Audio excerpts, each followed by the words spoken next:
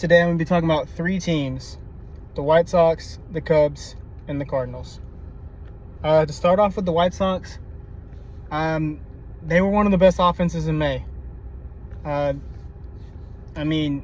talked about them a little bit here recently, and I knew they were playing much better than expected, but I didn't know that they were, like I said, one of the best offenses in May, and they have one of the better relievers in the game in Davis Martin, and their pitching in general has been pretty solid. And surprisingly, I saw a report today that they are going to be aggressive at the trade deadline. Obviously, that's still about like 5 or 6 weeks away, so a lot can change. But what a story for the White Sox. Not just to be playing competitive baseball, just playing 500 baseball, like they're leading the division. Of course, that comes with the Mariners struggling a little bit, but it really is. Well, they're in the Central. Mariners are in the West. Yeah, but wait, no, am I tripping? Mariners are in the West. Yeah, White Sox in the Central. I don't know why I was thinking that for a second. But either way, they're gonna be buyers at this deadline, and you would have never thought that would be the case. But if they could get, I don't even know. I think they could still benefit from trading, some of their guys with less control. Newcomb's been really good in their bullpen, but like they got a lot of other guys like Tanner McDougal.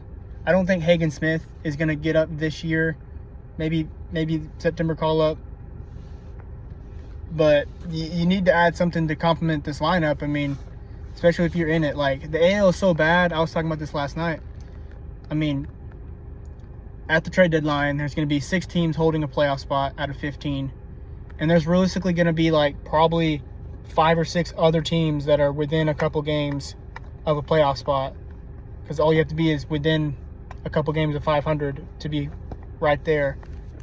And there's legit going to be about 12 teams that could be buyers in the AL.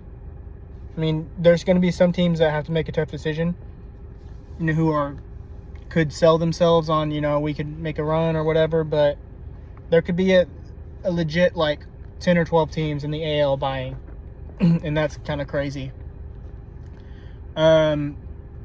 Also, Angels should be sellers every deadline, but they might end up buying when they shouldn't. So that is an added team. About the Cubs.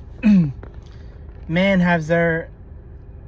you can't even really blame it on offense or pitching. It's been both. Like, I saw that they're like bottom. They started off like 22-7 on the year. And then I think they're like 34-32. They were before last night's game. I can't remember. I didn't see who won. They were losing late, so they're probably 34-33. So they're barely above 500. But they were leading by a couple games over Milwaukee early, and now they're like 4th in the NL Central.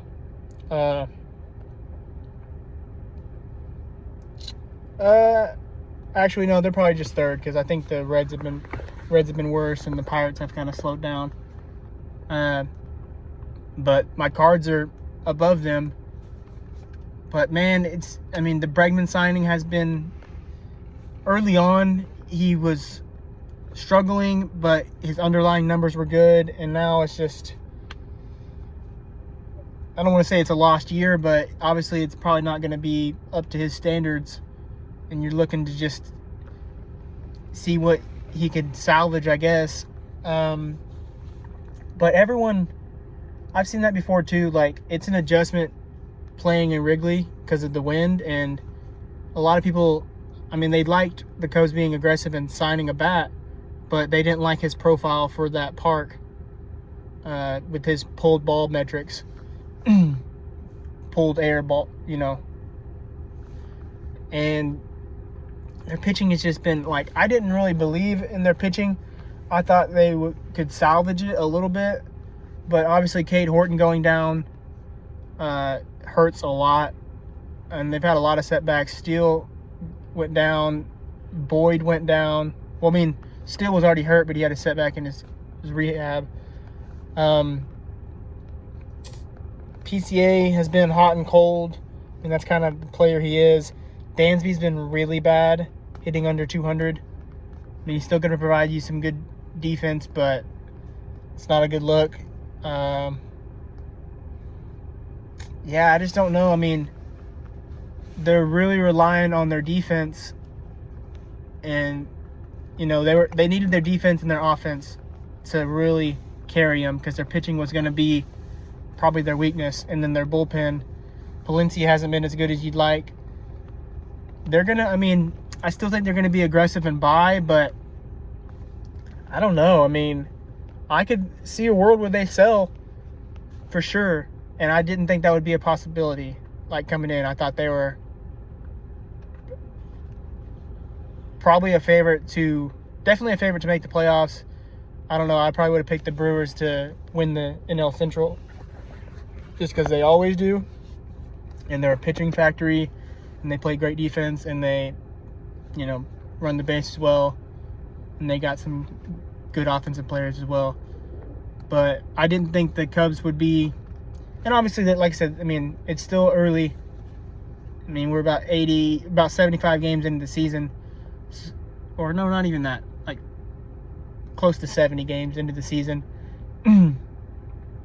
So, I mean, they got another month of baseball or so before the deadline to, you know, if they get hot, said they go 20-10, they're likely going to be in a really good spot. And if some of their pitching can really turn things around, I think they're in a good spot. But it's been weird, and it's even been weirder with the contrast of how much better the White Sox have played recently.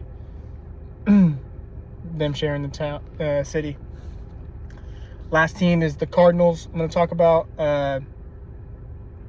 Yeah, man, it's been I don't even want to say resurgence, because he hadn't really broken out yet. His first couple, I mean, it was probably like 75 games, I think, but in 2023, we saw a little bit of it with Jordan Walker, but I mean, this has just been an amazing season so far. He's already eclipsed like his hit total, home run total, RBI total from playing like 45 more games last year. He's going to be a down ballot MVP vote. It's just crazy. I mean, NL is basically, you're going for runner-up with Shohei. But he's rocking over a 900 OPS. It's just been incredible. The Cardinals have had one of the most productive 1-4 hitters in the league. And you knew Burleson won a Silver Slugger last year. You know Herrera's been one of the best offensive catchers since he's come up. You knew Weatherholt was going to give you some value, and he's rocking a 740 OPS, so it's, just above the league average, but I think you'll take that from a rookie who plays really good defense. He's already given you like 3 WAR, so he's on pace for about a 6 WAR season, which is just incredible. Yeah, it really is incredible. I really think, I don't know, I could see it going either way. I know that's kind of a cop-out to say that, but I really would like if they move one of their, Dustin May, Jojo Romero, guys that are expiring after this year. I would really hope that they get a guy with control to fit this kind of timeline that they've established. And starting pitching is a need. We don't have any really prospects that are like knocking on the door. You could say Quinn Matthews, but he hasn't looked super sharp. I mean, recently his last 3 starts have been really good. But he still walks a lot of guys, and he's doesn't have great stuff. So you really need to throw a lot of strikes if you don't have great stuff. But I don't think he's going to demand a rotation spot, and then I don't think any of our starting pitchers are like an absolute, lock for next year. I'm not saying we're gonna have 5 new starters next year, but I could see Leahy being moved back to the bullpen. I could see Palante being moved back to the bullpen. Liberatore, but I think he's probably established himself as a starting pitcher now, but a back end, like probably a 4 or 5. I think McGreevy is a nice middle of the rotation arm. I think McGreevy and Liberatore are probably the 2 that you could write in for next year. Obviously, Dustin May is not under contract next year, but McGreevy as a middle rotation guy that has a high floor profile. Not going to strike a lot of guys out, but not going to walk very many guys either. Just a good run prevention pitcher, which is the most important thing. Liberatore doesn't go in very deep into starts, but I think he's got stuff that can, you can keep dreaming on. And then, like I said, you could move some of the shorter term bullpen arms that you have and mix and match Graceffo. Not Graceffo. He's already in the bullpen. Palante and Leahy. But a starting pitcher that has a couple years of control, and then maybe even holding on to Riley O'Brien, who has lots of years of control. I still wouldn't mind if they moved May and Romero, but I'm even starting to question moving Nootbaar. Like, I know he's probably not worth a QO after 2027, but he's provided a spark since coming off the IL, and that's just another solid hitter in your lineup that you can count on. I know he's not what his underlying metrics say he should be, because he hits the ball hard. He's one of the most disciplined hitters in the league. Maybe not too disciplined, but like too patient. He takes maybe too many strikes, but he's a good at bat for sure in your lineup that you can count on. A good veteran at bat. And he plays pretty solid defense in the outfield. I like the Victor Scott move, sending him down. I like sending Nolan Gorman down. I mean, he had one of the roughest stretches. It was only like he wasn't starting a whole lot, and then he was striking out like 50% of the time over his last like 50 at bats or something. It had just been rough. And then Blaze Jordan comes up and he immediately makes an impact. I mean, like 4 hits, 3 of them extra base hits, I think, in his first 2 games. I didn't see how he played last night, but they don't think he can play third, but that's another corner infield guy that you just want to see what you got there. And yeah, it's fun to feel like the Cardinals are making the right moves, where just because guys are top prospects doesn't mean that they're gonna. It's kind of like the Volpe conversation with the Yankees. He like had basically immunity until this year, where like he was not even a consideration for him ever being sent down. But I feel like they're making the right moves, sending guys down when they need to, and there's not anyone that's blocking. I don't feel like anyone's blocked. So I feel like that's a really good spot to be in, because we don't have any big contracts. So it's all performance based, to where if you're playing well, you stay up. If not, you're going to give somebody else a chance. And we don't have any big contracts, like I said. And then I feel like that's a lot of freedom for a lot of the minor league players, especially upper levels, obviously, that they could break through and make the roster here soon. I feel like, I don't know, obviously I don't know the thought process of it, but I feel like it'd be tough for, like, say right now for a Phillies prospect or, a Yankees prospect. It's always kind of been hard for Yankees prospects. Let's just use that. Like, where you got, out of your 9 regular everyday hitters, 7 of them are on considerably sized contracts, and they're not getting taken out of the lineup. So it leaves you a lot less room to like break through.